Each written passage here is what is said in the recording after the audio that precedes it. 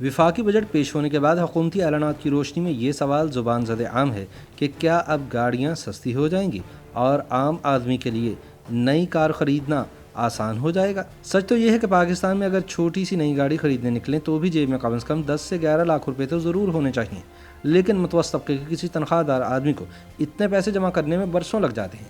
پاکستان میں مقامی طور پر 850 سی سی سے کم 3 گاڑیاں بنتی ہیں۔ کیونکہ یہ مقامی طور پر بن رہی تھی تو توقع یہ تھی کہ یہ کم قیمت ہوگی، تاہم ایسا نہیں ہوا۔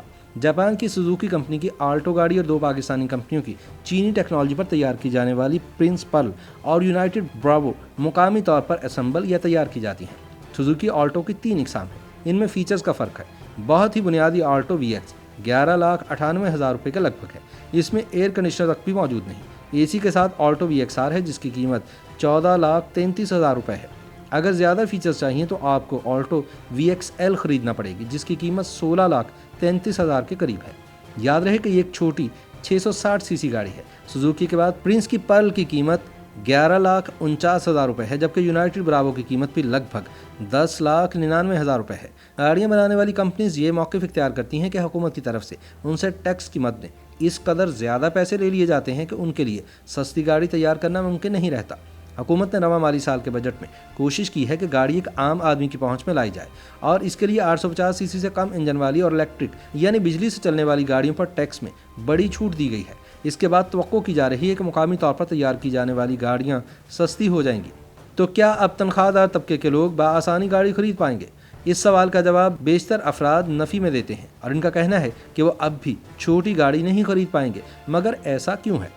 مسئلہ یہ ہے کہ اگر وہ الیکٹرک گاڑی کا آپشن دیکھتے ہیں تو پاکستان میں ایسی گاڑیاں نہ ہونے کے برابر ہیں۔ کوئی کمپنی مقامی طور پر ایسی کوئی گاڑی نہیں بنا رہی۔ یاد رہے کہ الیکٹرک گاڑیاں اس لیے سستی ہوں گی کیونکہ ان پر صرف 1% سیلز ٹیکس ہوگا۔ وفاقی وزیر خزانہ شوکت ترین کے مطابق حکومت چاہتی ہے کہ الیکٹرک گاڑیاں پاکستان میں مقامی طور پر بنیں، اس لیے کمپنیوں کو ٹیکس کی مد میں بڑی مراعات کا اعلان کیا گیا ہے۔ مقامی طور پر اسمبل کی جانے والی الیکٹرک گاڑیوں پر سیلز ٹیکس کی شرح 17% سے کم کر کے محض 1% کر دی جائے اور یوں الیکٹرک گاڑیاں باقی گاڑیوں سے بہت سستی ہو جائیں گی۔ لیکن بڑا مسئلہ یہ ہے کہ پاکستان میں الیکٹرک گاڑیاں دستیاب نہیں۔ ملک میں چند ایک الیکٹرک گاڑیاں موجود ہیں، وہ صارفین نے خود سے درآمد کر رکھی ہیں۔ ملک کے اندر گاڑیاں بنانے والی کوئی کمپنی تاحال الیکٹرک گاڑی نہیں بنا رہی۔ حکومت کا موقف ہے کہ ٹیکسوں میں چھوٹ دینے کا مقصد ہی یہی ہے کہ گاڑیاں بنانے والی کمپنیوں کو اس جانب راغب کیا جائے۔ سنیل احمد گاڑیوں کی خرید و فروخت اور گاڑیوں کی صنعت کے حوالے سے خبروں کے لیے مقبول پاک ویلز نامی مقامی ویب سائٹ کے چیئرمین ہیں اور پاکستان میں گاڑیوں کی صنعت پر گہری نظر رکھتے ہیں۔ انہوں نے بتایا کہ پاکستان میں الیکٹرک گاڑیوں کی آمد یا مقامی طور پر ان کی تیاری میں مسئلہ ٹیکس مراعات سے زیادہ بڑا ہے۔ سنیل نے بتایا کہ پاکستان میں تاحال صرف 4 چارجنگ اسٹیشنز ہیں، ان میں سے 2 لاہور، 1 کراچی اور 1 اسلام آباد میں موجود ہے۔ یعنی ایسے مقامات جہاں سے آپ الیکٹرک گاڑی میں چارجنگ کر پائیں گے وہ پورے ملک میں صرف 4 ہیں۔ ان کا کہنا تھا کہ آپ الیکٹرک گاڑی میں لاہور سے اسلام آباد تک راستے میں چارجنگ کیے بغیر نہیں پہنچ سکتے۔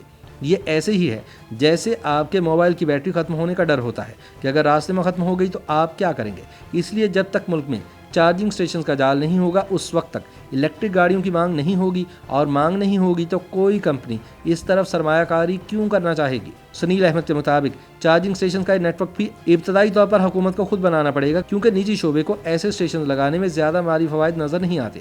سنیل احمد کے خیال میں پاکستان میں اگر کوئی کمپنی الیکٹرک گاڑیوں پر سرمایہ کاری کرتی نظر آ رہی ہے تو وہ MG ہے، جو MG-ZS نامی الیکٹرک گاڑی آئندہ سال پاکستان میں متعارف کروانے کا ارادہ رکھتی ہے۔ یاد رہے کہ MG ایک سابقہ برطانوی کمپنی تھی جو مکمل طور پر چینی کمپنی نے خرید لی تھی۔ حال ہی میں MG ڈیلرشپ نے پاکستان میں چند گاڑیاں متعارف کرائی ہیں جن میں زیادہ تر سپورٹس یوٹیلٹی وہیکل شامل ہیں۔ تاہم لاہور کی ارشا منیر کے مطابق ایک تنخواہ دار شخص کے لیے پاکستان میں چاہتے ہوئے بھی ایسی گاڑی خریدنا بہت مشکل ہے۔ تو ارشا 850 سی سی سے کم انجن کی گاڑی کیوں نہیں خرید لیتی؟ بجٹ میں وفاقی حکومت نے ان گاڑیوں پر بھی ٹیکس میں چھوٹ کا اعلان کیا ہے۔ حکومت کے مطابق ملک میں مقامی طور پر بننے والی 850 سی سی اور اس سے کم انجن والی گاڑیوں پر بھی 4.5% ٹیکس میں کمی کی گئی ہے۔ اس کے ساتھ ہی ان پر فیڈرل ایکسائز ڈیوٹی کی مد میں لیا جانے والا 2.5% ٹیکس بھی ختم کر دیا ہے۔ پاک سوزوکی کے ترجمان شفیق احمد شیخ نے بتایا کہ حکومت کی طرف سے اس طرح کے اقدامات صارفین اور صنعت کے لیے انتہائی خوش آئند ہیں۔ تاہم ان کا کہنا تھا کہ فوری طور پر وہ یہ نہیں بتا سکتے کہ اس کے بعد گاڑیوں کی قیمتوں میں کتنی کمی آئے گی کیونکہ اس کے تعین میں وقت درکار ہوتا ہے۔ سنیل احمد کی ویب سائٹ پاک ویلز کے مطابق اس کے بعد توقع کی جا رہی ہے کہ پاکستان میں مقامی طور پر بننے اور اسمبل ہونے والی اس انجن کی 3 گاڑیوں سوزوکی آلٹو، پرنسپل اور یونائٹڈ براوو کی قیمتوں میں 75,000 روپے سے لے کر 1,15,000 روپے تک کمی واقع ہوگی۔ لیکن عرشا میر کا کہنا ہے کہ مسئلہ یہ ہے کہ وہ اس کمی کے بعد بھی پاکستان میں تیار کی جانے والی چھوٹی گاڑی نہیں خرید سکیں گی۔